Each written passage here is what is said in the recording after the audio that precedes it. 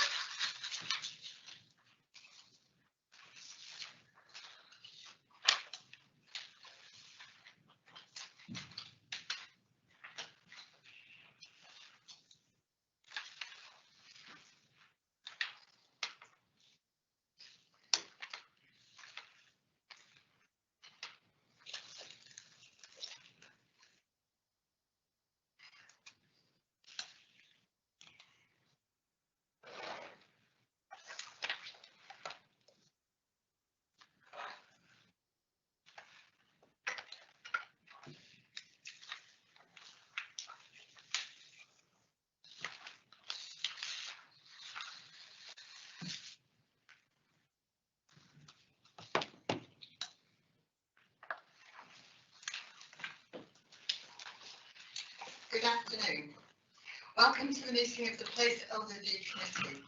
I'm obliged to inform you that this meeting is being held live and streamed and recorded. Members of the public will be able to view the meeting using the link on the agenda. We'll start with item 1, which is apologies for absence.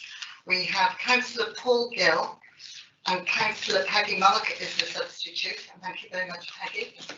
And Councillor Dan Morris and Councillor Roy Aldcroft is his substitute. Thank you, Roy. Item 2, disclosable pecuniary interest.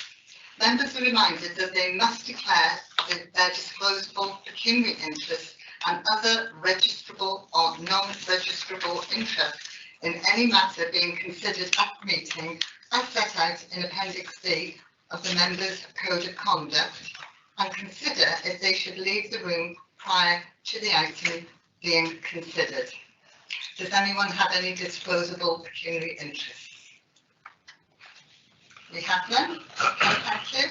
We'll move on to item 3, the minutes of the last meeting. You want to correct something, Roger, or add something?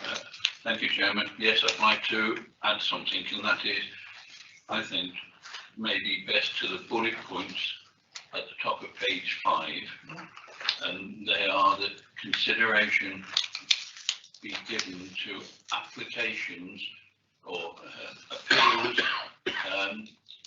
appeals supported by members where officers refused to support them and the results of those appeals. And then finally, I made note that members have 21 days to respond to planning applications. Parish and town councils have 31 days.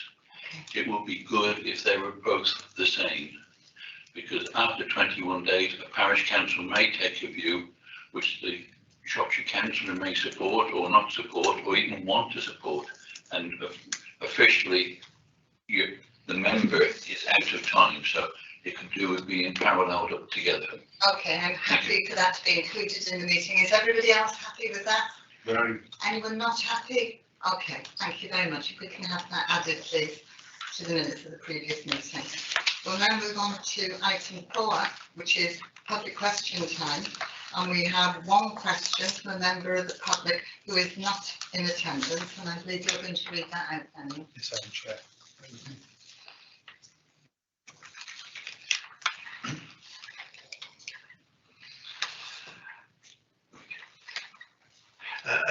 This is a question from Karen Pierce concerning local access forums. A local access forum should be considering and contributing to issues that affect public access. This could be seen happening elsewhere across the county when we look at minutes of other local access forums. So why is this not happening in Shropshire? What has happened to Shropshire's local access forum? A mobile Shropshire council are meeting its statutory obligations to ensure that Shropshire has a truly independent local access forum. Please would the committee scrutinise what has happened and take action so that Shropshire Council properly meets its obligations. Thank you. Claire Featherstone, Head of Culture, Leisure and Tourism, will respond. If you'd like to respond, please, Claire. Thank you. Yes, good afternoon. So the Shropshire's Great Outdoors Strategy Board fulfils the statutory obligation of the Local Access Forum. I have sent a constitution which says that the Shropshire's Great Outdoors Strategy Board acts as a local access forum for Shropshire, but broadens the role to cover a wider remit in response to current priorities in Shropshire. This was authorised by Natural England in 2017. Membership of the board is from a wide range of backgrounds and represents users of local rights of way or open access land, owners and occupiers of access land or land over which rights of way subsist, any other interests relevant to the area, which could include nature or land conservation, heritage, health and wellbeing, tourism and the outdoor economy, local community or minority interests. More details about the board can be found on our Shropshire website. It last met in February 2021. Unfortunately, the June 2021 meeting was cancelled due to COVID pressures. We're updating the website to reflect this. A date for the next meeting is being arranged, and we are at the moment currently reviewing the membership of the board. Okay, thank you very much, Claire. We'll now move on to the next item, which is SEX. As you will have seen, and you will have all received an email, regrettably, the report supporting the item was not available in time for the meeting. I therefore propose to defer the item to the agenda of the next meeting on the 30th of June 2022. I could have brought this item to you, but as an incomplete report, and I didn't feel that that was right. So that's why I would like to defer it. Is everyone happy to do so? Yes, Roger. Thank you, Chairman. I support totally what you're proposing, but can it be noted that we have one scrutiny officer and he is being asked to do an awful lot, and I'm disappointed that some of the information I think which might have been supplied by others within this building has not been supplied. Our officer cannot write a report and present them to all the committees. He needs extra support if that is what his role is going to be. So I urge assistance is given, but also that officers actually do the report, as scrutiny officers look at it to make sure it's suitable for us and answer some of our questions. But I am concerned that our officer is being asked to do more and more. Okay, thank you. I do have concerns about the reports. I think I mentioned it at the last meeting. I'm not sure what the solution is really, but I do hope it will be looked at, please, Mark. Thank you very much. We'll now move on. Oh, actually, I should get you to vote on it being deferred. Is everybody happy for it to be deferred?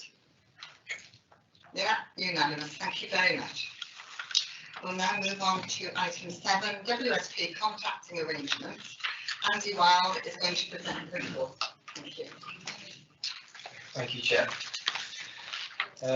So yeah, good afternoon everybody. I would just like to sort of summarise the report that's been presented to committee. So we are currently within the early stages of a 1-year extension to the existing WSP contract. That has been done on the basis that to allow the organisation sufficient time to start to scribe and shape what the future contracts arrangements will be. That work is ongoing as we start to sort of get an idea of how the contract offer will look. The market has changed, the needs of the organisation has changed, but most notably, I think the ambitions of the council have changed, and we're now looking at a contract that will support those. The scope of the contract that we are looking to let and are currently soft testing in the marketplace will be wider in scope. It will reflect the council's ambitions around growth, strategic planning, and the wider placemaking directorate. The existing contract is very much engineering and highways focused, and at the time that contract was let, that was absolutely the right thing. But I think, like I've said, the marketplace is now interested in a different arrangement, and the council is very much interested in what that could look like. I think it's also fair to say that we've also looked at ourselves as a client and how we are going to be set up for the future. and some of that right sourcing exercise has already taken place. So services that were once within the WSP contract, that 12-month extension does not include those. That's all part of the wider agenda to make sure that core statutory functions that we believe are better delivered by council staff and sit within the council are accommodated. So that's very early days, and that shaping will go on over the coming period as we get ourselves into a really good position on the client side to manage these contracts, because I think that's important. If you want to get the performance out of your partner organisation, you've also got to make sure that on the client side that we are in a good place as well, have the right skills and the right level of resource, and also the teams are joined up across the Place Directorate in a way that didn't exist in the past. So I think we're far better equipped, and we can see the opportunities that present themselves by creating a new contract. And actually, you know, the market is very interested in these things. So the feedback that we are getting from the soft market testing is helping to inform how that contract will be described and how it will go forward. So it's very much focused on how the contract as it looks today, how it's going to work, but how will it enable the council to operate in a different way in the future that meets the ambitions. So that was my presentation of that report. Thank you. Well, the Highways and Transport Engineering Consultancy Team Service contract has been in place since 2015 and is due to expire in October this year.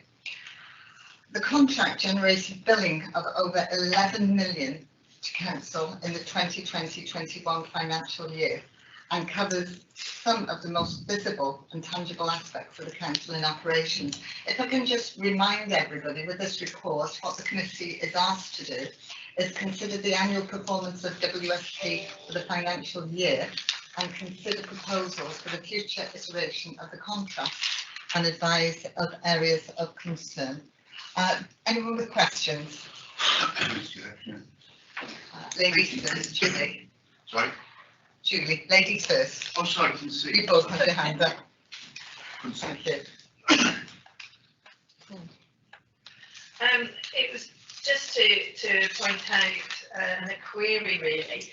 It says there's expertise in climate, but it's not evident in the report. And when arranging and reviewing contracts, would it not be ideal if companies were chosen with factored in climate and biodiversity change mitigation policies, or at least an aim to mitigate? So that businesses are chosen that score high on the greener agenda, if you like, with a small g. Because this is being pushed and it should be looked at as a social value. Yeah, just to answer your question, I mean, we've been undertaking one-to-ones with the market, so anyone who's interested, and we've had an awful lot of interest in this contract. And what a couple of the key questions have been, you know, how would you approach this, or how should the council approach the new contract to get the value and innovation out of, you know, social value, net zero, all of those key areas. And I can assure you that that will be very much part of the thinking and be weaving into the scoring criteria and how we weight the assessment of interested contractors and consultants who put in bids. Okay. Thank you. Councillor Corwin. Thank you, Chair. Yeah, what benefits does the contracting arrangements bring to the council that can't be delivered using our own workforce? In other words, can we bring it all in-house? Yeah, quite happy to pick that up. So I think, you know, there's a balance effectively to be struck. I believe, you know, the benefits that WSP have brought to the council and other contractors of a similar ilk, they have the ability to scale up, you know, very, very quickly in a way that we cannot. And also the ability to bring in specialist expertise from across the country that support us with that. Also the arrangements around funding, it's much more of a bid culture through the Department for Transport now, and you have to go very, very nimble and quick in order to capitalise and try and attract that funding. So the quality of the bids that we put in is vital, and being able to draw on that expertise and that resource at short notice, but then also deflate it as well quickly when we need to is vital. So it's we are going through a rights sourcing exercise, so assessing where the council is fit and what we think we can do, but beyond the line, if you want to call it that, on the consultancy side, what the council needs. And I think it's absolutely essential that we have that capability and that expertise to hand, but there is a balance to be struck. Thank you, Chair. Brilliant. Thank you. David Daphne. Thank you, Chair. I've got a number of questions actually. If I go through them one by one, perhaps. Just on the finances side of things, there's on 4.2. There's details of area of spend and everything. But it'd be interesting to see the budget. What against that, the budget proposals, and to what extent there's been underspend or overspend on this contract. That's because I've heard in the past that there was a substantial overspend on the WSP contract. Now, whether that's true or not, I don't know, but I'd be interested in some information about that. On the North West Relief Road, I was told in the past, I think, that it's wasn't within the WSP contract, but it seems from this report it is within the WSP contract. And if you look again at 4.1 in the report, 4.2 in the report, if you look under major projects, it's a substantial amount of money is being spent in that area. I'd like to know what percentage of that is North West Relief Road, really, and to what extent, and there seems to be a substantial amount of work which has been done on that by WSP. The other thing on this report on 3.6, you mentioned about the ability of, with WSP, the ability to make a lot of bids, and obviously bidding process, if you like, is the government's. More and more projects are being done and being organised in this way, and that's how money is being allocated. But I mean, for example, in Shrewsbury, on the Mini Holland bid, it was said that there wasn't capacity within Shropshire, presumably within WSP, to make that bid, and it ended up the town council making a lot of the organisation for that bid and putting forward reports. So I wonder whether there really is the extra capacity there which you talk about, which benefits of having a WSP. And the other point I'd like to make is that there's a flavour in this report that seems to favour WSP. It's no more than getting a feel for it. There's lots of obviously you're very happy with some aspects of WSP's performance, but I hope that you are actually engaging in a proper process by which other companies will be able to bid for the contract, and that there's not sort of a WSP being given favourable treatment. Thank you, David. Yeah, more than happy to pick those questions up in that order. I'm aware that we've got Frank Beach on the call, who's the Commission Manager. So again, if Frank wants to add into any of the points, then more than happy for him to do so. So in terms of spend, yeah, you're correct. That the original scope of the contract has increased in value. I think there's an awful lot that's got to be understood in amongst all of that in terms of how much external funding has been attracted into the council through that bidding process. So when the contract was described, we have to put an assessment on what the average spend is likely to be, but that bidding culture has increased over time. So you cited North West Relief Road, but there's also cited other big projects that external funding has given to us, and that's inflated the consultancy spend. So there is a value, but there's spend, but there's also a value to be considered in amongst all of that. So that now we've gone through that process and we understand it, I think we'll have a far more better idea in approaching the new contract of what the spend is likely to be. In terms of North West Relief Road, I've not been the lead officer on that project, so in terms of the percentage spend, I don't actually know. If I'm honest, I don't know exactly what it is in terms of the total spend, what the percentage is. Reference to the question about Mini Holland, again, I wasn't directly involved with it, but what I do know is, when these windfall projects occur, every local authority in the country finds itself in exactly the same position. And you've then got to try and very quickly scale those bids up and put that team together. So I'm not surprised that external resources outside of Shropshire were required, because that's exactly what I would expect. We have a core team here with a skill set that's Sometimes it's a fit, sometimes it isn't, but also we've got to scale up very quickly and pull those bids around at short notice if we're to be successful. So yeah, I recognise the points, but I think there's also a lot of background and context that needs to be considered as well. I don't know if Frank's got anything that he'd like to add over and above that, but I'm happy to invite him to make comment if he wishes. Would you like to comment, Frank? Good evening, all. Yeah, just on the couple of points. On the funding side and the total expenditure of 11 million. Can you just introduce yourself, because a lot of people don't know who you are. Yeah, sorry. I'm Frank Beach. I'm the commission manager for WSP. I've been on this contract since 2015, managing this particular contract. The couple of points that were raised regards to the total expenditure, as Andy's quite rightly pointed out, the capital budget for major projects isn't just on the Relief Road, it's across a number of major projects. So you've got the Oswestry Innovation Park, the Mile End Roundabout, some of the works that are currently undertaken in Sheffield and in and around Shrewsbury, plus the Northwest Relief Road. I haven't got the exact figures to hand of expenditures for last year on the Northwest Relief Road, but we could provide those. Regards to the mini Holland bid, I think that came in at a very last request, if I'm being honest, and the resources were to hand, but I think it was felt that the bid wasn't going to be really successful, and the resources were focused more on some of the other bids that we had on at the time, the funding bids at the time. What was the other one? Just remind me of the last point that was raised. It was about transparency. I'm quite surprised. Yeah, I didn't answer that one. I'm quite happy to pick that up. I mean, the process that we're about to go through will be a completely transparent re-procurement exercise. You know, all of these documents will be transparent.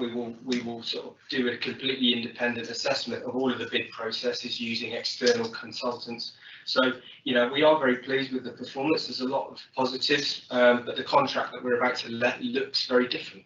You know, it has a wider bandwidth. It's going to focus on different strategic areas as well as the business as usual aspects. So, you know, that's the market has been very receptive to it, and I expect that we'll get an awful lot of bids and interest in it. So, yeah, I'm more than happy. Can I ask a question? Will there be any member involvement in this, or is this just officers and then they take it to cabinet? We've obviously taken it through cabinet in terms of the mandate for the approach. We are currently going through what to describe as soft market testing, and the timeline was set out in the report. Once we've gone through the legal process, we will have an opportunity, I think in May, to do some workshops, and we can certainly share the plans and the process and certainly engage members at that point. Okay, thank you. If you want to come back. Yeah, just quickly, thanks for those responses. Just it would be useful to have more figures, I think, more detailed figures, you know, just and particularly on the total spend, and also the breakdown of the spend on the Northwest Relief Road and other bigger projects. I think that would be very useful to have. The other thing I would like to say, and I forgot to say in my remarks, was that I do get the feeling sometimes with WSP that they don't understand active travel, and I know that WSP as a company is very much involved in the kind of development of policies on active travel and devices on Department of Transport, but I get the impression sometimes with the Heathgate roundabout in Shrewsbury, for example, that it didn't seem to make any sort of attempt to incorporate active travel measures. And given that we've got policy on this, I'd hope that WSP in the future, and I hope that contract which is going out to tender would actually highlight active travel, because I think in this report it's not really highlighted enough. Okay, Mark, did you want to respond to that, or do you want to come in after Andy? So yeah, again, I mean, in terms of the specific example, there were other, in terms of the example you referenced, Heathgate roundabout, I know there was other factors in amongst all of that in terms of a counter narrative around the green markings on the road that have proved to create a level of ambiguity, which is kind of how they're designed, but that can work against cyclists, for example, in those instances. So I think there were some other factors that were taken into consideration. So I think in terms of the example you cited, there's a context to look at in terms of that. But I think that the work that we've done through Active Travel on the contract has been very effective, and I think I agree with you. I think there's WSP as an organisation have got a really good track record in this area. The new contract, of course, there's an awful lot more thinking. The agenda around Active Travel is now different to the agenda that existed. So I expect it to see it have a more of a front and centre feel in the new contract, certainly. Okay, thank you. And Mark. Thank you, Chair. Just to maybe build on a couple of those answers, so even going back to some of Councillor Wynn's points, we've been going through a process of what we call make or buy. So in other words, it's quite reasonable, isn't it, that if we know there's a certain kind of trough of a particular workload in an area that actually, there's an element of that control would rest well with us. We've been going through that, and there's some discussions underway in some areas. And that involves, of course, TUPE transfers. It's more complex than you might think in some ways. But just to reassure you that very much we're kind of looking at all of those issues where there's a constant base load of work at a certain level that we think we should be better resourced for and be a better client. You think of it like that. The other bit is just to expand that bit about expertise. There is a massive shortfall on people with technical expertise in the market these days, and recruitment is really difficult for the public and the private sector. And we're all kind of reaping the rewards, if you like, of years of underinvestment in kind of, the classic kind of civil engineering profession. And when I talk to people in the skills world, the number of students and the number of people that have been coming through have been dramatically less. Not this is well before pre-pandemic. So there's just an industry structural challenge there in terms of capacity, and that is something that we just got to be cognizant of. The other bit in terms of the scope is a lot of things have changed, I think, in terms of the environment we're working at since this was let in 2015. Active Travel is kind of part of that. The green agenda is a big part of it, but we're also broadening the scope so that we can have more holistic joint kind of wider development commissions, things that are just beyond the traditional kind of what would be seen as highways or civil engineering based approaches. So that's kind of changing the scope of this future contract, which gives us a lot more kind of flexibility and choice in a range of ways over other specialists. And that might come into play there, for example, as we develop Riverside in Shrewsbury, or we develop the Innovation Park in Oxford Street. So that bit about being more agile in a wider sense over a broader range of commissions, so we can get to delivery quickly, is kind of part of what's in that venue. So I thought it would be worth just bringing that to life, that members can understand. We've taken a real kind of fundamental review of what we want to achieve from this. Okay, thank you. Roger. Thank you, Chairman. Can do a lot of this report covered, but I've decided to concentrate on 2 or 3 different areas. And those who've been councillor for some time will know that I've taken a big interest in LED lighting. And I noticed that in the street lighting, WSP has spent just over £386,000, £81,000 capital, £304,000 in revenue. It's an interesting split, and I'm not sure where LED lighting comes in that. I note in the report that 3 major schemes have been worked on, capital schemes, including Handwood, and it's now part done and the job stopped. And it says 3 major schemes have been finalised. I'm not sure what that means, so if that can be said. I note in the main report that under section 5 on climate change and LED lighting, what does this cover? I note the word business plan has been prepared. I don't know what that business plan is. Can we see it? Or where can we see it? I also note that time has been spent in Shrewsbury and working on what is phrased in the report, the iconic quantum leap. Many would use different words to describe it, especially when they know it's cost over £1 million, and that was back in 2010. But that's another issue. I note that in this lighting report, it's issued 2,785 fault and 1,200 ad hoc maintenance orders, plus another 321 emergencies and 2 detailed FOI requests. That's more than 50 fault reports per week, and also answered 2,187 customer inquiries. Now, I would have thought that is in-house customer inquiries, commissioning that rather than employing consultants. And in Hanwood, we've got one lamppost outside a school that was damaged in a road accident 2 years ago. Still not there. Numerous times requests have been put in by myself and the parish council. Some have been noted and replied, some haven't. But I'm interested in these fault reports and maintenance work that WSP done. Have they counted these several times in them, or is there just one? And do WSP get feedback when they have done some work and made the report to Keir or whoever?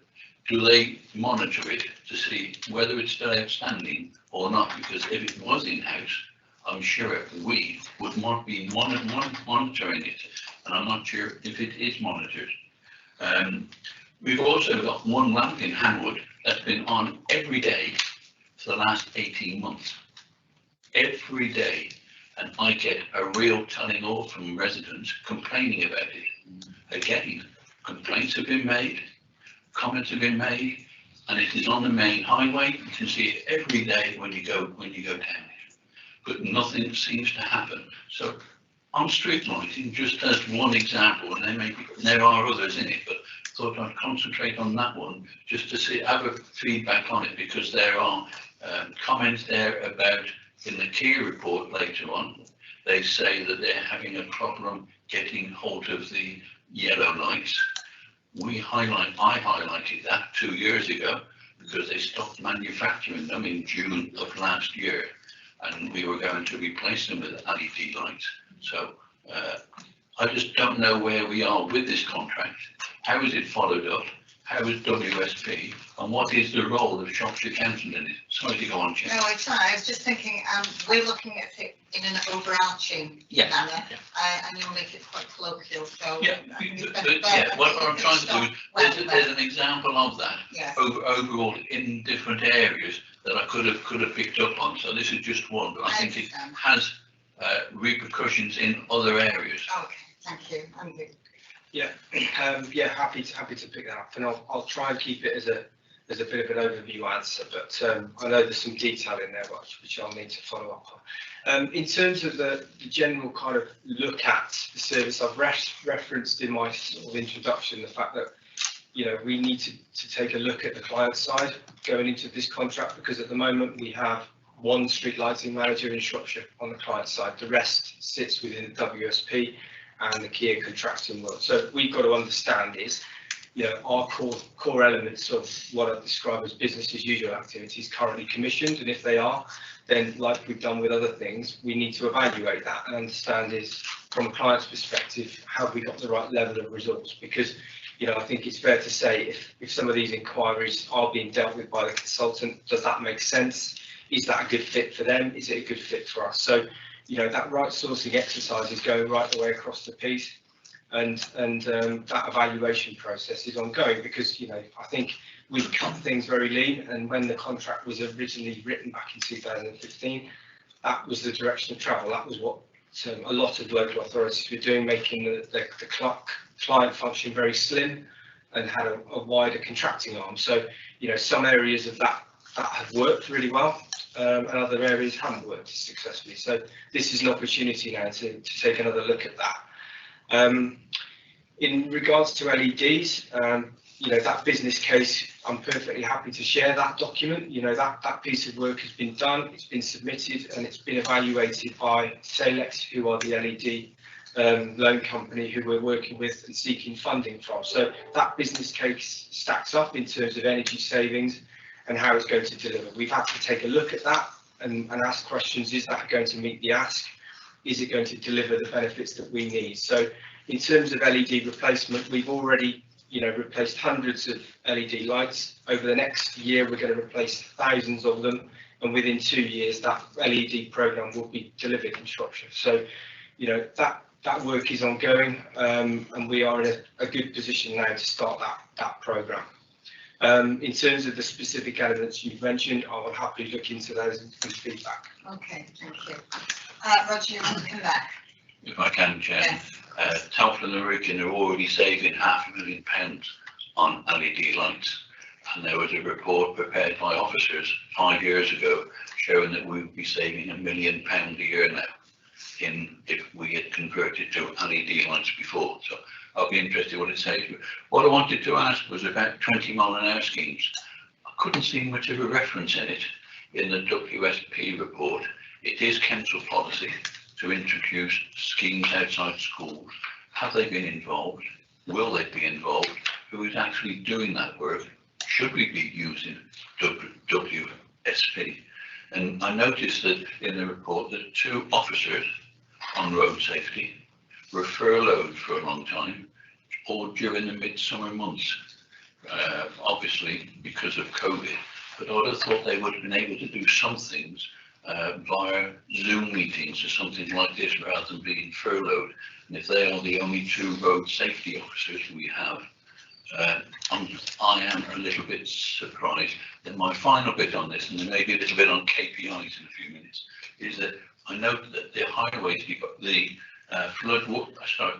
development control and floodwater management staff have been tupied over. I'm given to understand that there have now become some vacancies because some did not tupy over. Are we advertising those to see if there are people who can actually fill those posts? Because floodwater management, highway development control are important areas, and we need cover on that to get the reports that are needed. Thank you, Chairman. Thank you. Yeah, happy to feedback. So in terms of the post that you referenced, we've just gone through a TUPE process, and right up to the midnight on the 31st of March, we cannot be 100% certain who is going to TUPE. We get an indication, but we can't be certain. So you're correct, not all of the staff did decide to TUPE transfer over, and we're now going through a recruitment process that will bring resource levels back up to the level that we need. Those aren't going to be permanent posts because, as I've described, we're now going through an evaluation. Certainly on my side, I know it's the same on the Tracy Dark side, that she's undertaking that work. So, we will understand what we need as a client function, and when we're in a position, we'll go through a restructure and a recruitment process to get those staffing in. So there are options in the market that Shropshire can utilise to bring staff in, and we're actively working on those now. In terms of the 20-mile-hour zones, I wasn't involved, and I haven't had an awful lot of involvement to date, so I certainly can't comment on the furlough element, I'm afraid. Okay, thank you. Can I ask, have we still got a cladding officer Yes. belonging to the council? He's Absolutely. still with us? Absolutely, yes. Okay, sorry. Roger, can I break you up a little bit and just bring somebody else in and come back to you? Would you mind? Carry on. Thank you. Okay. Steve? Actually, the question was answered. So. Oh, okay. Paul? Thank you, Chair. This is a question I've gotten down. How did using outside consultants deliver a faster programme of work to the Oswestry Business Park and the Mile End improvements? I presume the answer will be the same as the first one, but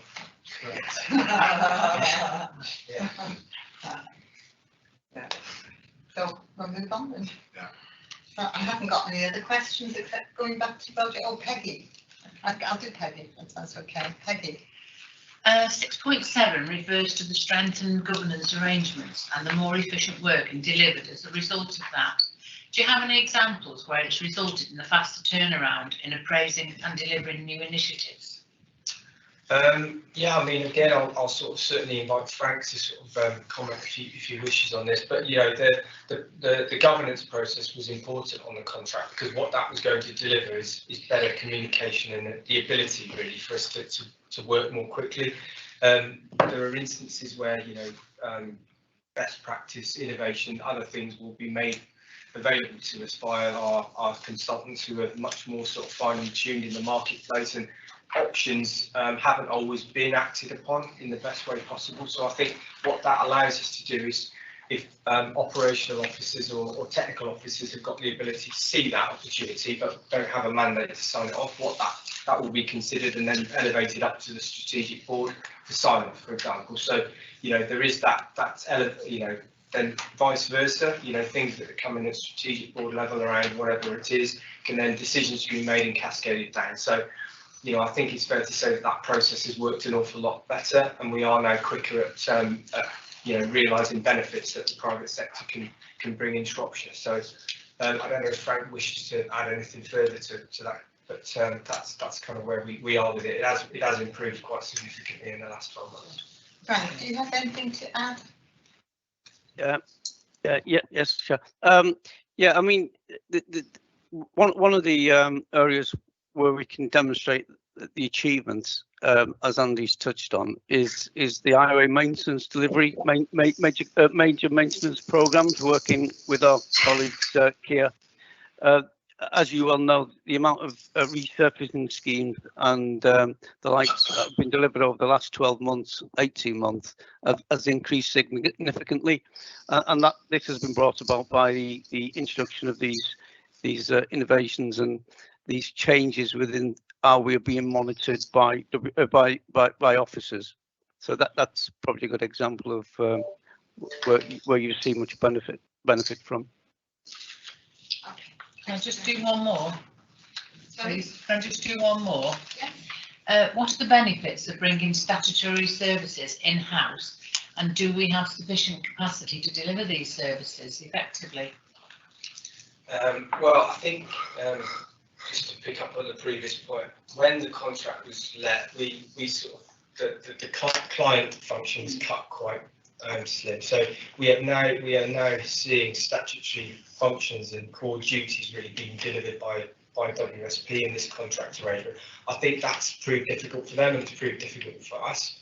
I think there are certain areas where members, for example, would expect to speak to a Shropshire Council officer, and I think the public would expect the same. So,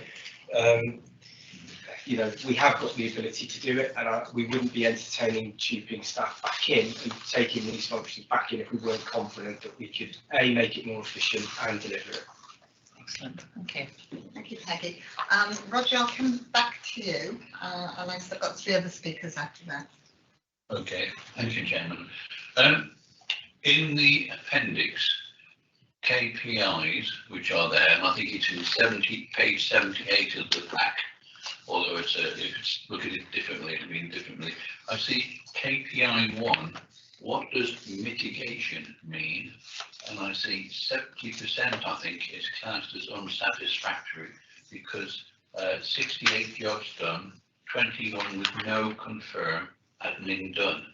It was subject to an audit report this a little while ago, and I thought assurances were done then that no work would be done without a confirmed report being completed and ticked off by the officer. But according to this, it's saying that 21 complete, 45 ongoing by agreement with client confirm admin not done. So confirm is still not being done according to this report, even though assurances were given that confirm is now operational for all aspects and they would be completed. And then I've got KPI 2, doesn't seem to be there. KPI 5, I see the April to September and the October to March graphs there. Some of the lines are filled in on the second part, but not the first part. And some of the categories there seem to be way below what I would expect as an acceptable mark out of 10 by some of the officers who are monitoring those. So have anything been done to try and increase that? Okay, I mean, in terms of the KPIs, I mean, 80% of the contract spend goes through an area that I'm not responsible for, wasn't at the time, so I can't comment on all of it. What I will say is under the KPIs, you know, some of the contract mitigation that applies to these KPIs is subject to areas that, you know, the consultant isn't directly in control of. So, for example, you know, if the client hasn't instructed that order in time or hasn't updated sufficiently, that will impact their ability to respond in a prompt way. So KPI mitigation does play a part in that. If officers, because ultimately there's two sides to this, and a successful outcome often relies on the client playing their part, either carrying out a good instruction to start with and making sure that the task order placed with the consultant was accurate and reflected everything that we needed to include. So it could be that between the two of us we haven't quite got where we needed to get. So those factors do apply. I don't know whether Frank has got anything more that he wants to offer in terms of how those KPIs are measured or any of the scores, but from my perspective, or the parts that I've been looking after, the governance process has improved, enormously, and we've got to a far better position in terms of managing that data through Confirm and scoring the KPIs more accurately on the contract. There is still areas that we need to improve on, and that governance structure that I referred to is now far better and more robust in terms of dealing with any issues and teasing those out quicker. In terms of updates, that's I don't know unless Frank has anything to offer. That was kind of my update on it. Frank, do you have anything to offer? Yeah, I think on the KPIs in relation to Confirm, what happens is with quite a number of the jobs, additional work may be requested by the clients, or we find additional job work that's needed when we're actually on site, unforeseen circumstances. So those jobs, because they've got a completion date and additional work's been requested by the clients, or we found additional work when we're on site with the contractor, we have to extend those dates, and sometimes that can take a bit of a while on Confirm. So we have to ask the client officers to update the completion date. So that's where those changes occur. It's not that the work hasn't been completed on time. It's just that it's been extended, hence the variation in the request from for the late jobs to be extended. In terms of the some of the other feedback where you're referring to where we're not performing very well, yes, okay, there are areas where we need to improve, and that's been mainly around some of the small traffic schemes. Again, it's because of lots of changes take place on those type of schemes, and there's a lot of consultation needed. We don't always get it right first time, but we do work hard to achieve what's required from the client's perspective. So hence the reason there may be one or two scores around the traffic service delivery. Just touching back on a point that was raised previously around the 20 mile an hour schemes. They took place last year, and this report's going back the previous year. So when we do finalise the report for 21-22, we will pick up on the 20 mile an hour project for you. That seems to be going reasonably well at the moment. And I think there was another point. Oh, you picked up on furlough. Yeah, the two members of staff that we had to furlough, we did find work for them initially, but because we couldn't send staff out on site, those two gentlemen had to be put on furlough for a temporary period. And when we did bring them back from furlough and we could gain access into the schools, albeit on a temporary basis, we did do some Zoom calls with some of the schools, so we could try to continue giving the education to the children that was needed. Okay, thank you. Quick one if I can. Okay, quick one. Quick one if I can, and it may be for Mark, I don't know, but in the KPI 5 for the April to September, there's 1, 2, 3, 4, 5, 6, 7 blank lines with no reports from any officer on WSP, whether WSP did something or not.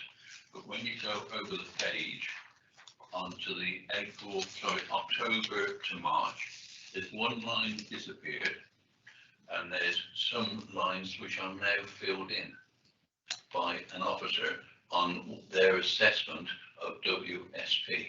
And I wondered why the difference halfway through the year. Okay, Mark, do you want me to come back while you have a look at this? I can come back to you because I've got a couple of other people. Sure. Okay, thank you. If I can go we'll come back to that. Pam. Thank you, Chair. It's a question relating to the bidding process Andy was talking about earlier. It was explained that, funding for local governments changed greatly, as we all know, over the last few years. Rather than have direct grant from central government, it's a question of bidding for certain pots of money. And from what you seem to explain how WSP works, am I right in thinking, first of all, am I right in thinking that nationally it's almost created an industry, another layer in between the two tiers of government as a bidding layer? And how successful are we? How many, if you can answer that, how many bids have we made which have been unsuccessful against ones that have? Do we have capacity? I mean, you talked about the Mini Holland bid not being able to be progressed because there wasn't capacity at the time. Are we very tight on that? Or do we have to bid for WSP's time against perhaps other projects they're doing on for other councils or other authorities elsewhere? And do our in-house officers have a lot of input into those bids? Presumably it is a very collaborative process. Could you confirm how it works? Yeah, more than happy to do that. I mean, you're absolutely right. It's changed the landscape and forced us to rethink really in terms of how we approach it. It has created a much more competitive environment. So when we talk about strategic partners, it's vital that these organisations have links into central government, and spend time in these locations so they are upstream of what's happening, have connectivity and routes in to understand when these bids are going to start coming through and in what form and what the success criteria is going to look like, because that isn't always clear, and if you haven't got those relationships when that lands, you're behind the curve and you've got to put a successful bid together really quickly without really understanding the subtitles and the subtext. So I think that's something we're getting smarter at and better at. I think we haven't been as successful as we would like, and we haven't won some of these bids, and then it's about that iterative process of trying to understand what were they really after, where did we come up short, why haven't we ticked the boxes that really they wanted, and the unwritten sort of rules, how have we not tuned into that? So that pulling in those expertise and those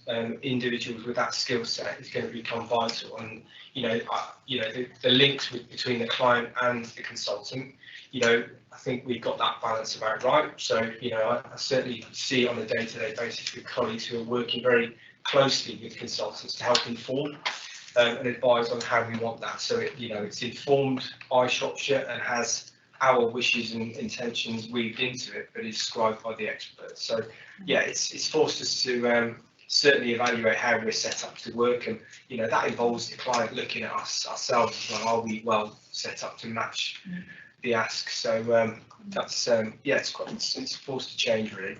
Okay, thank you. I've got Ryan David, and then we'll come back to Mark. I think that'll give him plenty of time to look whatever he wants to look at.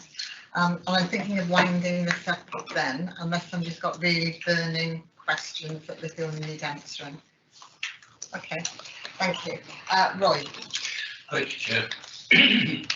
Just a quick one really. I see we've got water management on here, and I'm a little concerned North Shropshire will not be housed parts of market rate, but the rural areas basically up in the north. Looking at culverts, looking at basically sinks and things like that. There doesn't seem to be a joined up approach from where you get a job that comes up, it goes to Kier. Kier have a problem that they can't do it for whatever reason, and I'm thinking of a particular job on the Audland Road where Kier turned it down. Then they came back, Highways turned it down, and it got bounced about, and we're now into 3.5 years of flooding in this particular area, and that's not the only area that I could relate to. So I'd like some form. I know we've only got one drainage engineer as it stands at the moment, and that's a recruitment problem which needs to be looked at. The other question I would have as well is who actually monitors and supervises all the work that is being done? Have we a percentage of the jobs we go out and inspect? You know, is it 10% we go out and inspect after they've been completed, or do we inspect at all? Thank you. Questions there, Roy. And I don't know if Mark wants to come in on that one as well. I think there might be some things you want to say on that. Yeah, yeah, happy to pick that up. I think what has started, well, where we are now as a client function is at one time I've referred to that lead client. We're not in that position anymore on drainage. We've now got developed in-house resources specifically with the skill set required to go into these spaces and understand what is required, because at one point it was either do I get the consultant in to produce a report and an evaluation for me, or do I pull the contractor in to try and solve it through maintenance methods. But what you actually need is someone to go and look at that with the correct skill set, make sense of it, understand it, because some of these drainage problems are not straightforward. They're complex, and if you haven't got that individual, then you will often go off in strange directions and end up having to pull different resources in that either solve it or don't solve it. Hence, you know, some of the examples that I'm no doubt you've seen where we've been back numerous times to try and get to the bottom of what is a fairly thorny drainage issue. So, you know, we've targeted individuals and now got a team specifically who've got that skill set, and, you know, reactive drainage and, you know, emergency drainage investigations are now delivered and undertaken directly by our own teams, because we've actively recruited these individuals and now have 3 teams operating north, central, south. So this is where we've made sense, and I'll talk about this in the Kier report about the right sourcing exercise. So how do we get strength and success from our partner organisations in areas where they're strong, and how do we plug that gap or undertake the work that we are better suited to do, because it's more local, it's more small scale, it you know, plays better to our strengths and allows them to focus where they're strong, the strategic partners. So that's the strategic high level bit in terms of where we currently are compared to where we were. But, you know, there's no doubt that some of these, at the root of this is a lack of maintenance that goes back many years. And over the last 12 months, we've done a huge amount of work to get ourselves into a more sensible position, so we understand it. So when, you know, it is a problem and it is a scheme that requires a design, a brief goes to WSP for that piece of work, and actually that's exactly what needs to happen, not sort of kind of shooting in the dark to try and get to where we need to get. So I feel that we're far more able now compared to where we were to get those decisions correct. Okay, Mark, I thought you might like to come in on this one, because if you've had issues for 3.5 years, I'm sure you'll be aware of it. And I'm just wondering if you want to say something about why the issues haven't been resolved as yet. Well, I think, if I can, Chair, so I think Andy's covered the bulk of that. The whole, everything to do with gullies and drainage has been a perennial problem for a long time. We've got over 92,000 of them around the county. And through that period with reduced budgets, you know, maintenance of gullies suffered, and that's what drove what Andy just said, and we're now kind of back up to speed with a lot of that work, and there is still some to do. All I would say to members is please make sure on Fix My Street, if you can, you know, that we're aware of all of those. The street light, for example, that Councillor Evans raised, I see isn't on Fix My Street, so we don't know about that. So, you know, let's just make sure we've got that, because we're using that as our single version of the truth. We're still reporting on My Shropshire, but the point here for all members, which is, you know, if there's something that's important to you that is a frustration, for whatever reason it's fallen between stools, then please let us know about it and we'll address it. The interesting bit also about, there was a reference earlier, I think a member asked about whether we've still got flooding resources. Actually, we're looking to invest more in that area, and we're, you know, doing a lot in relation to particularly river flooding. But gully related flooding from rainfall is something that we're acutely aware of, and I think that's when this kind of stuff really comes to light. So, you know, there is an acknowledgement that we do need to do more in that space, but I think the arrangements Andy's outlined really are addressing it largely, but it's a big problem. As I say, we've got 92,000. Do you want me to go on? Do you want to go on to the KPIs, do you? Yeah, so just looking at what we reported, Councillor has called out on Roger, the page number is difficult, isn't it? But yeah. but on the document page number, we've got, you're looking at the April to September 2020 with those gaps. If you look at the 2 pages on the October to March, a number of those gaps have been completed and filled in. So there's a bit about understanding why that isn't the case, and I will go back and ask that. Some of the specifics are that there wasn't work commissioned in that area. So, for example, business and enterprise, Chris Hill, I would imagine there wasn't anything to report. The other bit is one about a secondment. Well, it wouldn't be appropriate to kind of put that in that way. That would be managed differently. There are a couple that I'll call out and pick up with Andy afterwards, which is about John Bedell on contracts and divisional highway maintenance. I'm not sure, but I think the reassurance is they're picked up elsewhere. I'm not sure why they're not shown in here, Roger. So we'll come back and we'll confirm that to you. Okay. Go on then, Roger. I've got David patiently waiting over there. I will refer the reply to both Pomsky Parish Council and Handel Parish Council, and I have copies of emails from them reporting the lighting column. I personally have talked to the engineer in charge about the lighting column and had promises to be done. No action on all of it. So it may not be there, but it's certainly been reported by various different organisations. Yeah, I think. But what I put my hand up as well was, I don't think I had any feedback on lighting, whether WSP get any feedback on the lighting still faulty throughout Shropshire, and how is it monitored if it isn't. And I note on the contract, which is 7C, it's dated November 21, and one of them is to preferred options 3. One of them is to let the contract with WSP. That's been decided now. But I would have maybe asked that when the new contract is thought about, will it come to this committee for just for thought? Is there a time built into it before it goes out? Because at a previous meeting, it was stated that interviews and presentations are being made now to outside contractors who may be bidding for it. That statement was made at our last meeting, I think. Okay. Funnily enough, I've written here, timely update report. Would it be possible to report back to the committee, I'll say timely, just on the progression of this and what's happening? Perhaps, what do you think, Danny, quarterly? 6 months later. 6 months, it can be enough. Okay.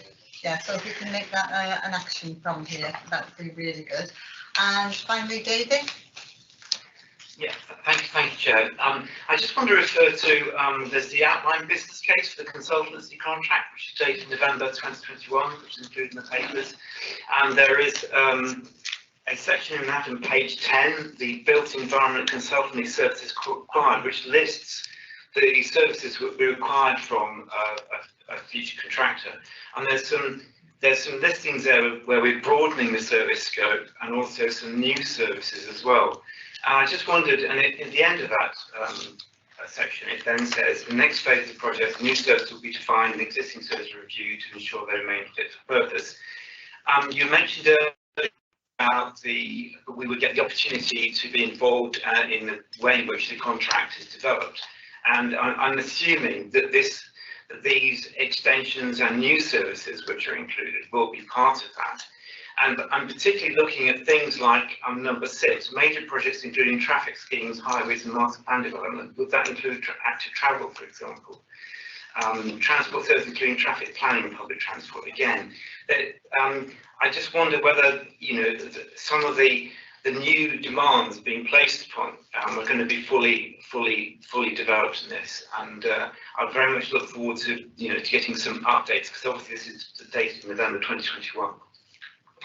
Thank you. Yeah, I think just referring back to my previous point that once we've got through that legal part and the legal elements are sort of we're confident with, then I think that's the opportunity to start socialising some of that plan in terms of what we're looking to bring into scope.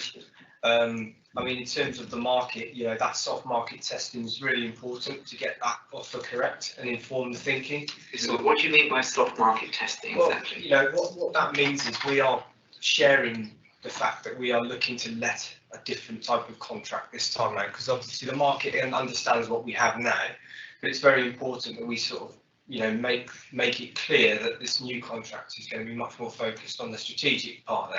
So a placemaking contract that picks up all of the agenda around economic growth, all of that stuff that's not currently a focus area. So, you know, if we're starting to write a contract, what does that need to look like to get the best value and interest from the market? So that's really fundamentally what that process is doing, and it's alerting the market to the fact that Shropshire is starting on the early stages of that process. So to answer your question, you know, we will need to share and explain what's going to be brought into scope and what that's going to look like as that process starts to sort of scale up in terms of us bringing the procurement exercise and writing the contract specification. And we will be involved. We can be involved as a committee in kind of, you know, seeing how that develops. So that main process will be allow us to create workshops that will allow members to see it. Okay. Okay, thank you very much, David. On that note, I think we've fulfilled 2.1 and 2.2. If we can move on to the next item, unless somebody has something they really need to ask. Okay, I had to move on then. I won't mention names. Thank you. We'll move on then to item 8, which is the Kier performance report. Andy, you're presenting this again, and I believe we've got Peter Woodhead from Kier in attendance for this item, so we'll bring you in when and if. Thank you. Thank you, Chairman. Yeah, Peter's on the call, so I'm sure he'll be well placed with myself to answer any questions at the end. So, yeah, I just wanted to sort of draw out some of the elements of the report and sort of highlight some of the key areas that have been a focus for us in terms of transitioning the contract and bringing through some of the improvements that we've referenced in the past. So the way that the Kier contract is working and the maintenance contract elements within it are working are very different today. We've gone through an exercise really, which has started to think about that mixed economy model and what that means in Shropshire. So you know, the right sourcing exercise that we've undertaken has now means that we are getting the benefits and, you know, the realisation of the Kier contract probably in the way that it was envisaged to work. You know, as a strategic partner, you know, there is areas where Kier are incredibly strong and offer great value to Shropshire. You know, we've looked at all of those individual elements and decided where we think that balance is and where the tipping point is in terms of self-delivery and how we are going to deliver maintenance across Shropshire. It's at one point in the early stages of the contract, we were paying, you know, nearly double the national average for defect repairs. We are now in a position where, through a range of interventions, that cost per defect is below the national average. And I think the trend data that we've sort of looked at and presented within the report shows that we are now responding to highway maintenance defects quicker than we ever have. The quality of the work is at the highest level it's ever been.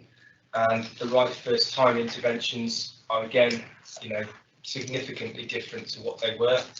And that exercise has resulted, you know, there's been some really honest conversations and discussions with Kier and us, you know, as part of what does getting this contract correct looks like, because, you know, core services that really are at the forefront of the council and everything we do were just not where they needed to be.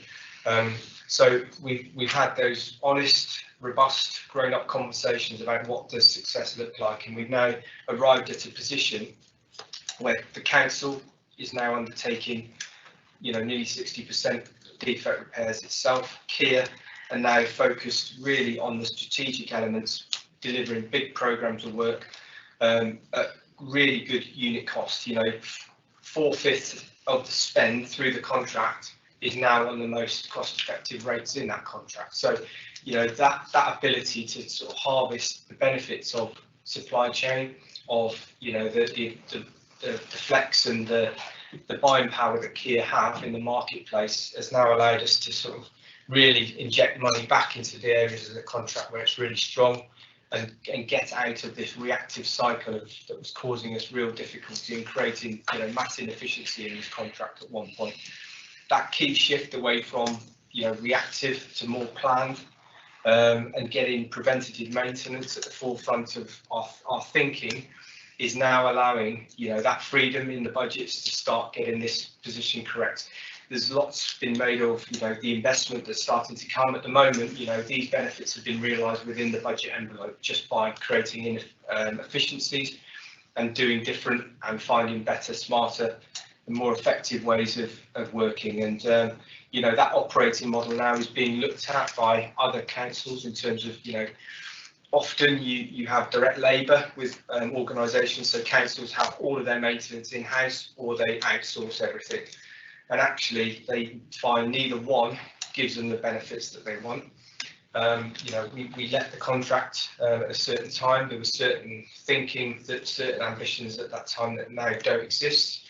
I think we operate in a really different way, and we've had to really reposition our thinking around the maintenance aspects and respond to the ask, really, which that thinking and that change in the approach has been informed by by members of the public, by our stakeholders who reflected back to us the frustrations and the areas of most dissatisfaction, and those core elements of highway maintenance have been at the forefront of that thinking. And when you walk into any of our depots now, the conversation is about highway maintenance and how we deliver highway maintenance, not who's in dispute with you, what's going on with this. That's changed. That culture just doesn't exist anymore.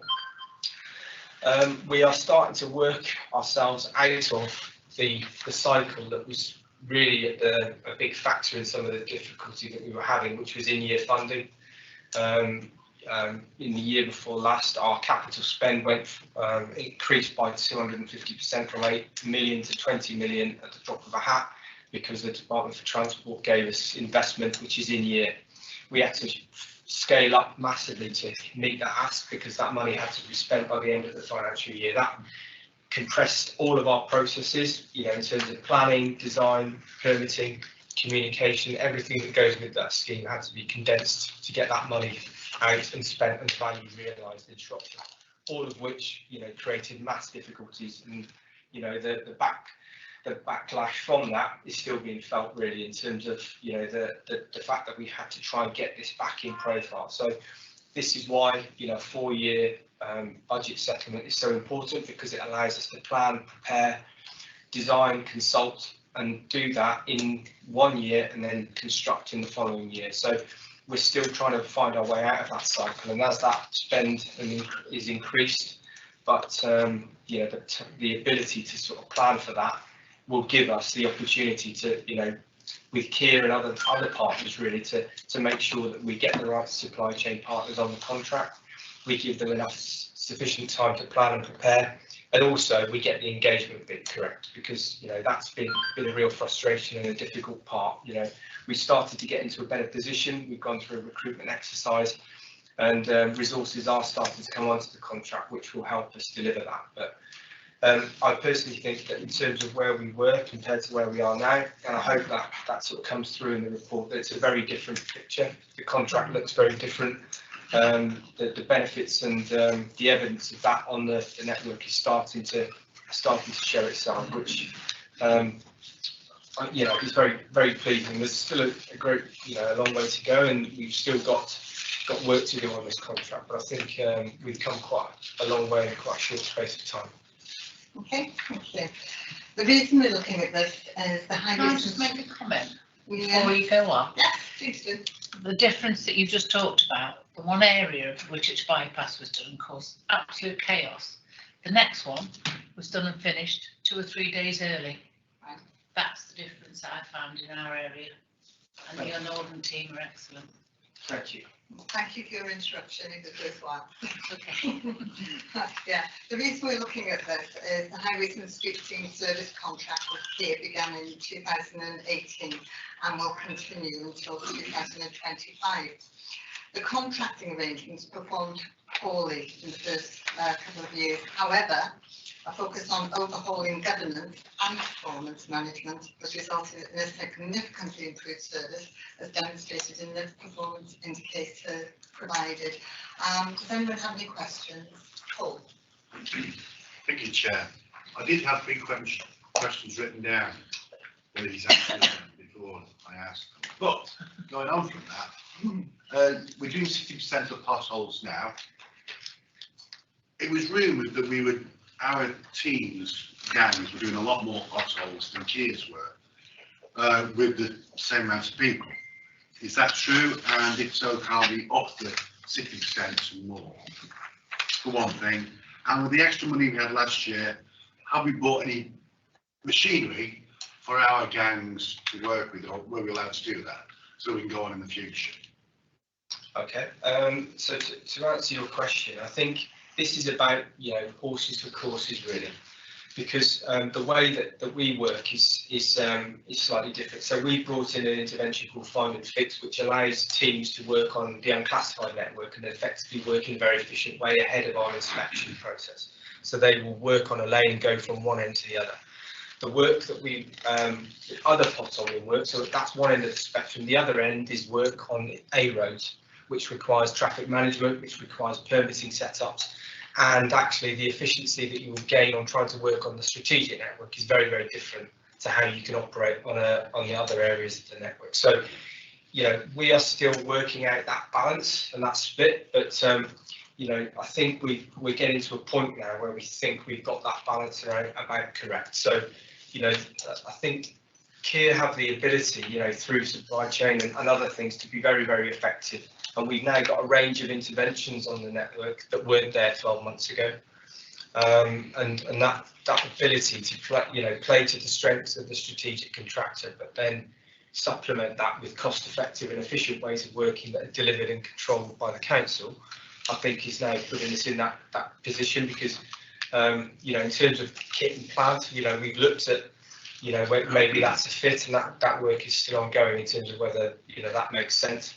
Actually, sometimes leasing that kit and that plant is actually more cost effective. So it's something that, not depending on the authority. Sometimes authorities that have direct labour, a lot of direct labour will buy the kit because it makes more sense and there's a business case that supports that. So those things are always looked at and reviewed. Right, yeah. Thank you. David. Thanks very much. The pothole situation, is much improved, obviously, by the figures that you produced in this report, but certainly public perception, and certainly when I go around myself, there is still an awful lot of way to go, if you like, on that. And I'd hope that you'd be able to continue to see improvements, and looking at the way in which the operation works. But looking at the KPIs on 6.30 on the report, yeah. The KPIs are for December. I think I'm right in saying that the KPIs are just for December. Is that right? Yeah. So can we not have figures for, let's say, January, February? Obviously they're useful and they're worrying in some senses, because some of them are quite low, and but one is 0, but that's because it's 1 month and they're a monthly report. So if the reports are submitted, then it's obviously going to be a figure of 0. Yeah. But it would be useful, I think, for this committee to have more reports from monthly reports. If we could have that for a future meeting, perhaps. Yeah, I'm quite happy to share those. Those were the ones that we had signed off when the report was produced. But as you get into winter, what you will find is there's a lot more sort of mitigation because of winter maintenance activities, for example, that impact their ability, because there's a certain resource, and the more winter maintenance shouts that we have, of course, that will have an impact. So yeah, but I've got no problem with sharing the more up-to-date KPIs for the months that you've mentioned. No problem at all. Can I just come in, Chair? I think it would be helpful now we've crossed the end of the financial year. As soon as we can get the whole year, that would be ideal for you as members, wouldn't it, to see? I think. Yeah. Just to say that. You wanted to come back to the committee, do you? Yes, please. And I think it would be very useful, because obviously the KPI is the key way in which we actually monitor the performance of when would be an ideal time for it to come back to us, so we can? Well, I think we can be able to have the whole suite of those. Next committee, I'm more than happy. Next committee's June, I think. So I can't see any reason why we can't get them. Okay, we can do that. Yeah, 30th of June. Is it 30th of June? That's the next meeting. Oh, right, okay. A bit of a gap. Thank you, Chair. Can I just look at another question? No, that's fine. Carry on, David. Right. If you look at 6.37 on the report, it's a contract management software system. It's Confirm, which I have been on about in the past. And I'm pleased that the Confirm is now improving, but it does say this is now providing far greater levels of transparency and synchronization of management systems, which suggests that it's still not as good as it could be. And I would just like further information about how that's developing, because I know it came up in an audit report some time ago about the problems with Confirm, the fact that Kier were doing jobs which weren't being properly monitored, and we weren't sure of what was being done and what had been done effectively. That obviously has been improved enormously, but there still seems some way to go. Yeah, I mean, I'm perfectly happy to invite Pete to offer a view on this as well, but we've now got an integrated Confirm system.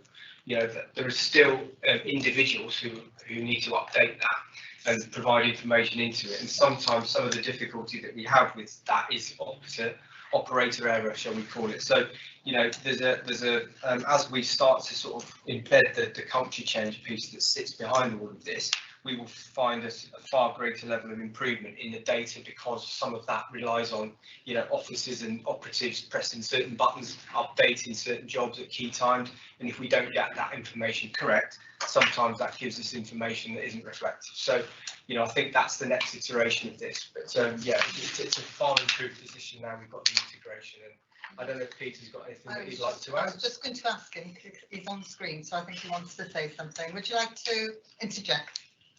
Yeah, it's Pete Woodhead here, General Manager for Kier and the Shropshire Highways Alliance. Good afternoon. I mean, just to add to that, Andy, I think the big step change we have with the Confirm now is the fact that every single job that Kier undertake, there's a before and after photograph. So Andy's team at any time can look at any of the work that Kier have undertaken. They can see the quality of the work. And from the reports from the tablets, they can see exactly when that was done, when it was originally ordered, when it was programmed to be done, and when it was actually done. So there's a great deal of transparency now within the Confirm system for Andy's team. Okay, thank you. I'm just thinking, sorry Andy, I'm going to do something I probably shouldn't do. With what you were saying there, that doesn't actually connect with me, because I've got a road, Mordred-Trevonning Road, which has had potholes filled in, and actually I would say 50% of that work is not, in my opinion, and I'm not an expert, up to standard. So I would actually come back to you on that one and ask that somebody has a look at it, please. Yeah. Thank you. Sorry to hijack you and you, Andy, but okay. I just felt I had to say something. Okay. Can I add to that? Yes, you can, Mark. It's a good question from Councillor Basmer, and we have talked about it in various committees and an audit as well. And the interesting bit is what we've been aiming for is an integrated system across what we have as a client, what Kier uses as a contractor, and then how the front end reporting system, Fix My Street kind of works. So the key bit then is also feeding back to people. This was always one of the frustrations from members, and I know members of all colours have had frustrations with the customer service request system and getting a number and no way of tracing back to that. So I think that's all part of that evolution and development. I think it's part of Councillor Basmer's bit. We're just aiming to be as good as we can be in all of it. And that's the beauty of the Fix My Street bit ultimately, because you then get, ideally to delight our residents, what we need to be able to do is then request to see transparency, what we're doing at what stage. So Pete's team do their bit as they go. And then the message at the end say this job has now been done. That's what we need from people. And then if there are things that aren't right and go wrong, we need to know about that. Yeah. So we want to bring that kind of transparency. I have highlighted that, and I only had an email from Fix My Street about a week ago saying it had been done. So yeah. Well, and it's like the issue Councillor Evans raised. If there are real frustrations out there, people have been struggling with this for some time. We just got to make sure these are all tied up. So absolutely. It's not offensive. It's just saying we do want to just make sure it's as good as it can be. Yes, thank you. You finished? Are you on I just want more on paragraph 6.4.3 that the comment about the monitoring the impact of the Bridge Northern Hogmanay depots being closed, and that you're trying to identify whether there is a business case to invest in the significant cost of repairs to bring them back up to operational standards. And what kind of timescale are we talking about here? Because obviously there's a lot of concern about the fact those depots are not operating, and whether that does have an impact on repairs in those areas. We gave a commitment, Chair, to give that a full 12 months kind of review, to review what impact would be on any local services, and that is ongoing at the moment. So we aim to make that kind of decision by this autumn, and then be clear about that. Okay, thank you. I'm sure that'll come back to the committee. It's been mentioned here a few times. Thank you. Steve? Oh yeah, a couple of Randy. How do you bring together WSP here to identify priority resurfacing schemes? How much preemptive resurfacing do you plan to do this year to reduce the number of potholes that occur in the future? Okay. Yeah, happy to speak. I mean, in terms of prioritisation, we've got an asset management prioritisation process that indicates to us, where we need to invest. That process is audited by DFT. We do a self-assessment every year, so the Department for Transport verify, are we making good use of this investment? Are we getting these decisions correct? And we've been at the highest level that we can be for a number of years, and that attracts about £2.6 million worth of funding into Shropshire by getting those decisions correct. So when we identify roads that need resurfacing, for example, that process then will involve a brief to WSP to help us design the right treatment for that link of road.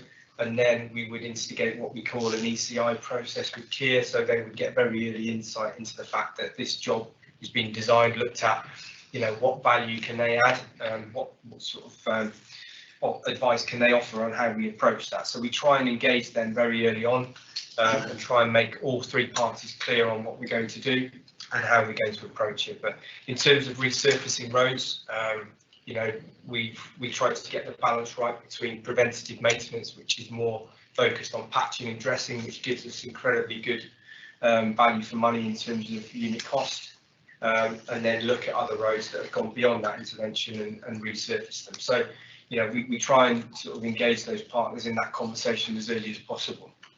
The second question, Steve, was what, sorry? The second question was, how much preemptive resurfacing do you plan to do this year? In terms of budget, we've got broadly around, I think it's about £4 million allocated for resurfacing. So I don't know how many schemes that's actually going to give us at this stage.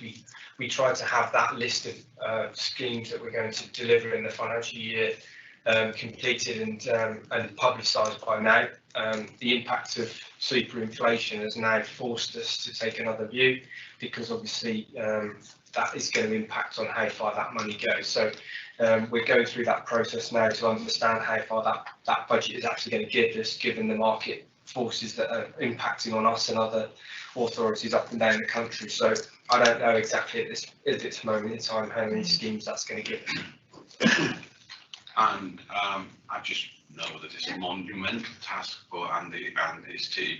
With over 5,000 kilometres of road, he's got an awful. He's a busy old man. Can you tell me the list that you put out of roads that you are going to resurface? Yes. Does that mean that they may not all be done? No, the list that we've published is the list that's going to be surface dressed.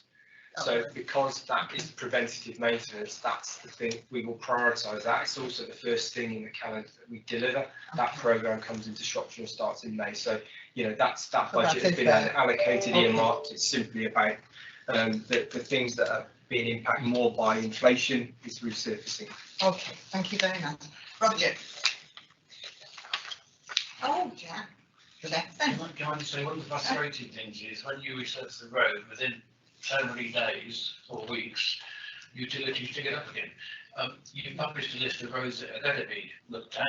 Are we working with utility companies? Do they have the opportunity to guide you, or you can guide their work and work in unison together? Yeah, we absolutely do. I mean, our coordination team are the gatekeepers effectively of what the utilities are planning to do and what work we have got. Again, we try to engage with utilities as early as we possibly can. The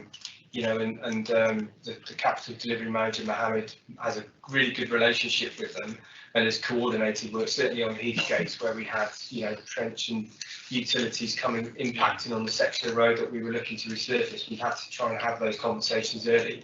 They are required to give us their annual plans in advance, so we can coordinate that. We've also got the powers to sort of effectively put an embargo on those routes of road and say that, you know, you've got to come in now or you wait.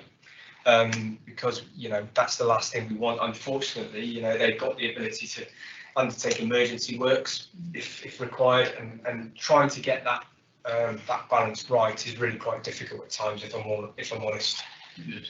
Is there a system where you can find them if they yes, extend their time? Yeah, we do. Leave cones out Yeah, and so all on? of we've got all of those powers to do that, but we try, you know, to try and work collaboratively with them if it's all possible, because that seems to, you know, be the better way of working. So, can we have sight of these plans, these proposals? A lot of the time, you know, the major sort of investment in assets is planned and programmed. So, you know, we should have visibility of that. So that coordination work does go on, but it doesn't always work in the way that we would like. Okay. David, did you want to come back on that, or can I go to Roger? I don't know if you want to. I'll come back later on. Okay, that's fine. Roger. Thank you, Chairman. KPIs, I know KPI 1B about street lighting. I think it's been covered a little bit, but it was brought up a long time ago that the yellow lights only have 3 years life in them. And we are way over that on a number of them. So I note with interest the number of yellow lights which are out and have not been replaced because of it.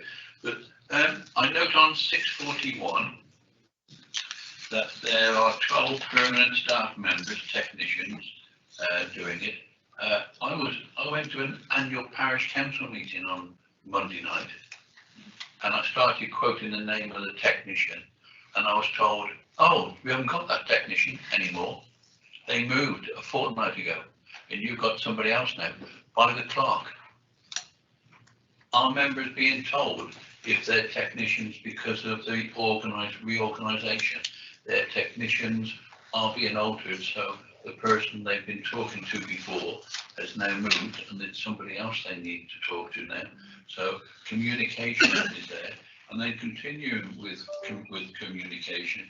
Anybody who went down the 488 at the start of this week would have seen on the A5 a sign which says road closed after Minsterley. If you went down the road 300 yards, it said road closed ahead. If you went into side roads in Hanwood and came out, there were diversion signs taking you back up to the A5. Road closed left. And I know my fellow councillor in Pottsbury and I have had numerous phone calls because of the numerous signs that were out saying road closed, road closed, road closed. The only indication of which road was closed and when was on the main A5. So anybody coming out after that just didn't know what the flipping heck was happening. We hadn't been contacted, neither of us knew anything at all. So when one looks at the community and engagement in 7.1, there needs to be a terrific improvement in it. And anecdotally, I was at a parish council meeting 3 weeks ago, and I was told there a Kia crew turned up to do some work on a certain section of road because somebody else didn't come out and tell them what to do.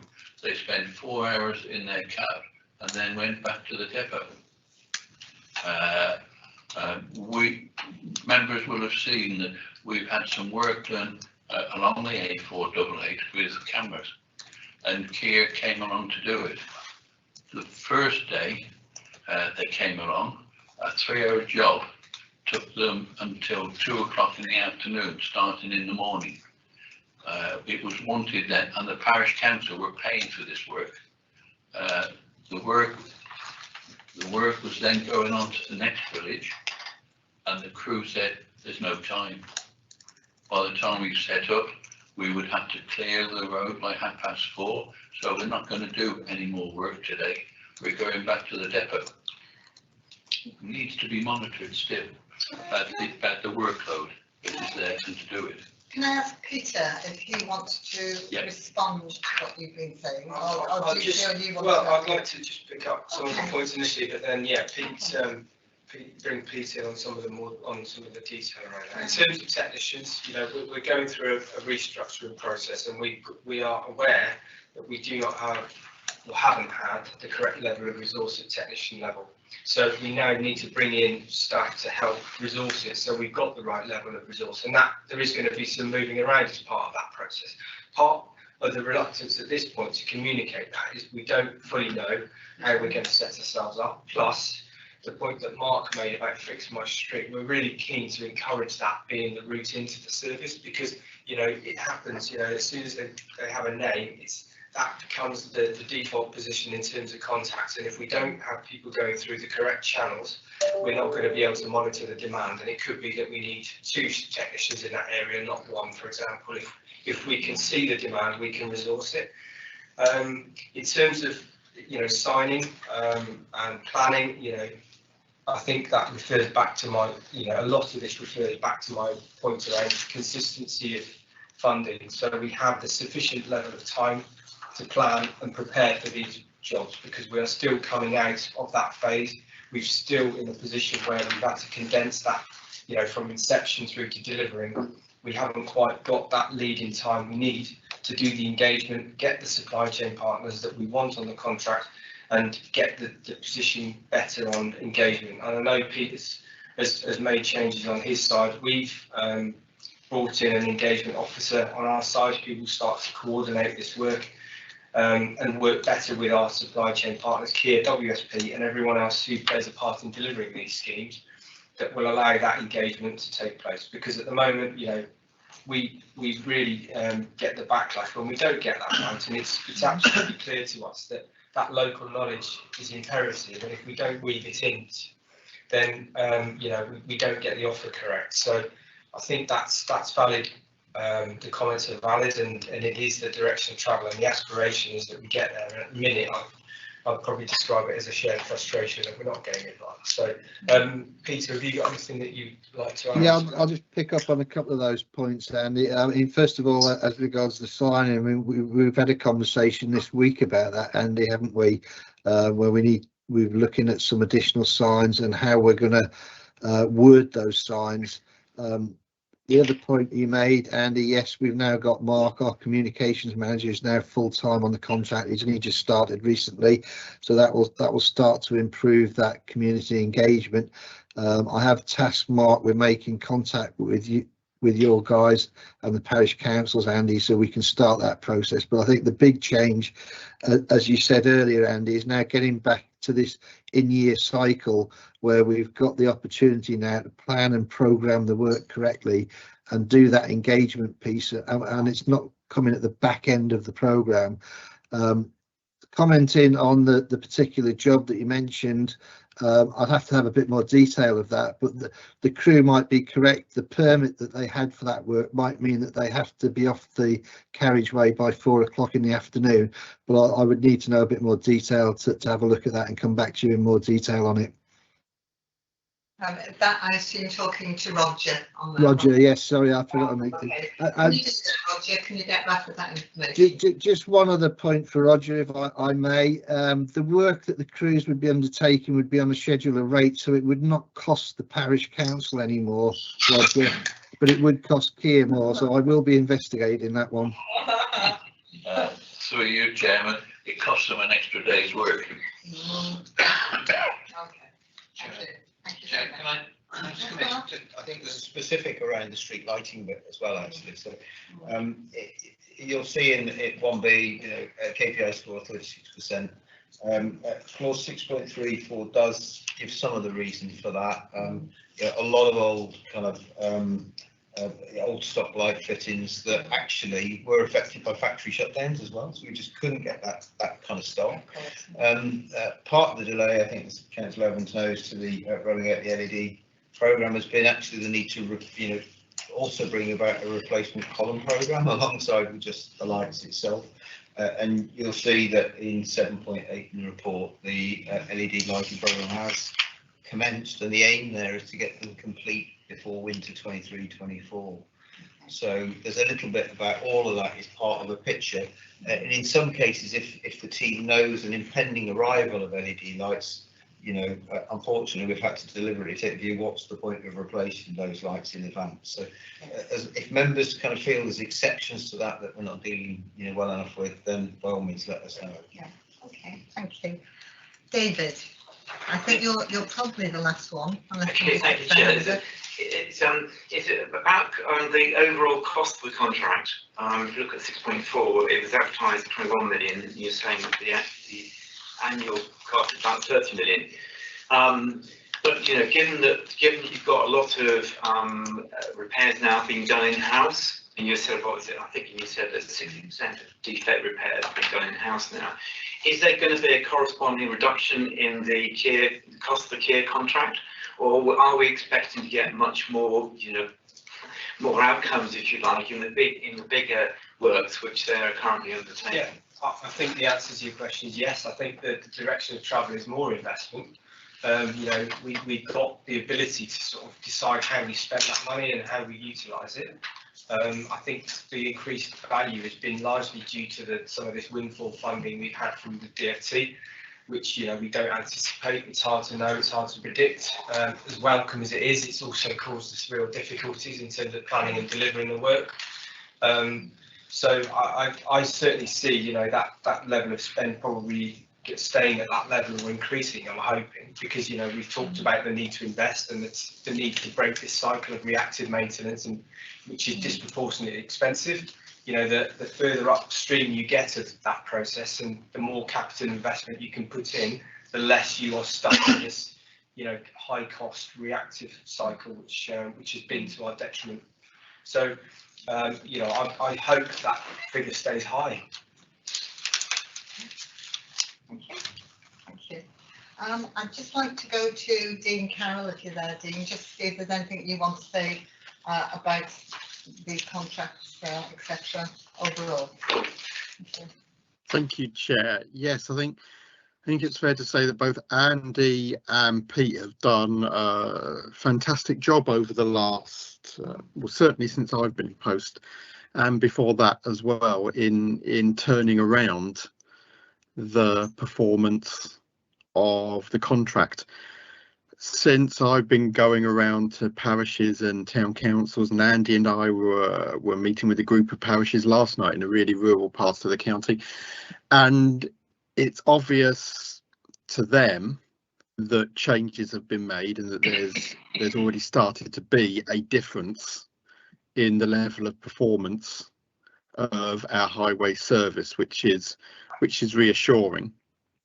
I think we also need to remember, in terms of the additional investment coming in, that actually what's been achieved in the previous 12 months, in the previous financial year, has largely been as a result of changes to operating models within the service and within the contracts, and not necessarily a result of a huge amount of new investment that's come in at that point. The new investment, both in terms of revenue and capital, is coming in beginning from this financial year. And just in terms of expectation management, if I may, to say that a large part of this first year will be in terms of gearing up to spending the larger capital sums that are programmed in for the coming 4 years. So don't expect necessarily to see £15 million worth of capital works starting from today, because we need to ensure that the increased revenue budget that's coming from this month is actually enabling us to bring in the right people and fill those posts, those technical posts, to enable us to spend that capital money wisely. Okay, thank you, Dean. Thank you very much. I'd like to say thank you to Peter Woodhead from Kier as well for taking part on Dean. And we have noted the content of the report and identified areas of concern. So thank you very much for that. And with that, we will move on to item 9, which Daniel is going to present on, which is the Place Overview Committee Work Programme. Do you want to go around? You're welcome. Okay. Thank you. Thank you very much, Chair. Daniel Webb, Overview Scrutiny Officer. I just want to take you through the proposals for the next 2 meetings, really, and I've deliberately not planned beyond that because of the first items coming up on the 27th of May, which is a work programme review workshop, which we sort of carry out at the beginning of each municipal year. It's a good opportunity to look at your work so far in the year to make sure that the recommendations that you've made have been followed through, that any work that you've agreed to look at again gets looked at in a timely manner. Also, as well, in this past 12 months, the council's undertaken considerable work to bring up to date its policy and strategic framework, so it's a good opportunity to use some of that good performance management information and the Shropshire Plan and the allied service plans to identify priorities for your work programme for the year ahead. So with that in mind, we've invited Tom Dawes to that meeting as well to provide you with that background. Looking ahead at what's in your work programme as published in the papers, there's a proposal to bring the terms of reference regarding clean and healthy rivers. I met with the Kate Halliday, Councillor Halliday, who originally proposed this to Council, and Councillor Pam Mosley to talk this through. And we've agreed that we need to do quite a bit more work on shaping this going forward, so we've actually got a meaningful topic where we can add value to bring to the committee. So with that in mind, Kate's going to do some more work on the proposal for that. I have some tasks to do just to determine the manner in which we might scope that, and I've arranged a meeting for the 3 of us along with the chair to meet up in a couple of weeks just to carry on with that. So we're not going to rush it, and we're not just going to bring a presentation to the committee. We are going to make sure we have something meaningful for you. So those terms of reference probably won't happen in June, but we are working on that quietly in the background for you. I've also arranged a meeting, as Andy will realise when he opens his emails, with him and Nigel Newman, our head of comms, to discuss this topic around communicating highways works and repairs. We think this is probably a 2-pronged or 3-pronged approach, actually. There are various communications topics that have cropped up within this committee in the last few years. There's one obviously around the way that we report faults, and obviously we've heard today about fixing our streets, so this would be a good opportunity, I think, to sort of look at that and how that's changing how we respond to issues that are raised to us. And the second part that is around how the council and its partners communicate larger scale pieces of work, and this came through criticism in previous years on how we had communicated with the public on the Shropshire Integrated Transport Package works from a few years ago, where there was a lot of criticism around the disruption that caused, or a lack of understanding around those disruptions. So we thought we would bring that piece of work in, noting as well in particular that this is part of the forthcoming contract, or the contract that's going out that we've discussed earlier with regards to highway engineering currently held by WSP. Finally as well, I think this committee has agreed to finally take a look at its work that it carried out just before the pandemic on signs, banners, barriers, pavement, permits and so on. Officers have agreed to return anyway to provide an update on some of the less contentious aspects of that report, particularly around charging policies for housing development signs. What we're also going to do as well, if the committee agrees with this, is to review some of the elements of your recommendations, particularly around charging for 8-boards and other street furniture. I think the committee agreed that it would be completely inappropriate to look at that when we did back in mid-2020 in light of the pandemic that was sweeping through the country at the time, and the damage that was causing to footfall on high streets. Now that damage is largely past and now that pandemic is largely behind us, we feel that perhaps it's a time for the committee to look at that and to consider whether it wishes to present its recommendations again to Cabinet for a decision. So with that in mind, I've invited, I'll be meeting with the relevant officers to discuss that, and we'll be arranging for the relevant cabinet members to attend the committee for you. I've not really planned beyond those two, so obviously it's your work programme, so any comments on how you would like those meetings to shape, I'd be great to hear them. Thank you. Yeah. So if you want to suggest changes to the committee work programme, please do, and I move on to speak, Roger, and recommend any other topics. Roger. Thank you, Chairman. I noted the question at the start of the local access forum, and I presume that's footpaths, rights of way. I presume that's the same thing. I'm not sure it's been looked at recently or something like that. It's not urgent, but sometime in the future, I think it could do with being added to the programme, because a lot more residents are now walking along those byways and boats and all those. And I think it would be good to add that to the programme. The council used to have a rights of way committee, if you will remember. I think that must have been pre-unitary, wasn't it? Was it there at the beginning of unitary? I think it might have been right at the start, but then it disappeared. Because I just wonder what happened to that, because no idea. Because there was quite a lot of interest, particularly from horse riders, about keeping them open and everything. But I'd actually be interested to know what actually happened to all those rights of way issues that come forward. If you could find that out, Mark, I'd be really grateful. Maybe an email at some point, or do you know? Or do you know? Yeah, no, I don't. No, I think that's the parish fine. councils actually took a lot on. I think the Shropshire Council gave parish councils equipment to keep the places open and clear.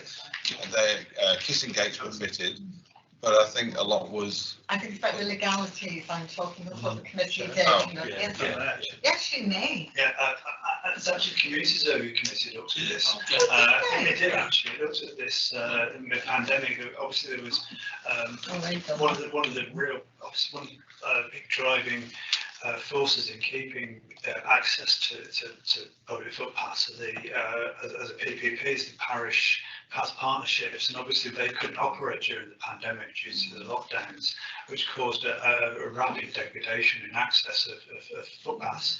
This was exacerbated by our own limitations as resulting from the pandemic. Our officers were unable to access specialised office machinery, which you couldn't work from home from in order to carry out some of the rights of way work that they would ordinarily carry out. So this and the inability, of course, to carry out the usual schedule of repairs that we would.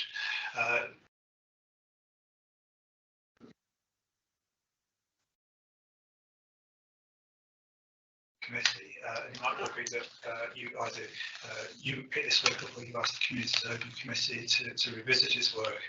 It's going to be meeting as well to look at its work programme going ahead, so if you wish I could just raise this with them. Oh, yes, please. Me? Yeah. Yes, please. No problem. Yeah. So yes, Paul? Yeah, we've got this one coming back we didn't have today, haven't we? Yes, we have planning on that. Definitely comes to the next meeting, because there's only a small part that wasn't finished. So that will absolutely definitely be with us. If anybody has any thoughts outside this committee meeting of what they think we should be looking at, or any suggestions, please forward them, and we can discuss it at the next meeting. Just one other thing. Julie, thank you very much. I didn't introduce Julie Evans at the beginning. She substituted for Julian Dean. The committee clerk wasn't aware that you were substituting today, so if you just mention, and it applies to everybody, if anybody is being substituted, please could you let Daniel and Sarah and Mr. Townsend know that you're being substituted, or you are a substitute, or whatever. Okay, and that actually you are down as a substitute, and if you're not, that your leader or whoever it is your secretary in your group puts you down, so that everyone's aware, there's no confusion. Thank you. Anything else, Daniel, you want to say? No? Okay, so now item 10, date and next meeting of the committee, Thursday the 30th of June at Shire Hall. We've got the workshop, work programme review. It's on Friday the 27th of May. Okay, thank you very much everybody for coming. Thank you, Sarah, and I don't think you get thanked that often, Daniel. We just need to make sure the meeting is no longer live. Yes, yes, that's fine, thank you.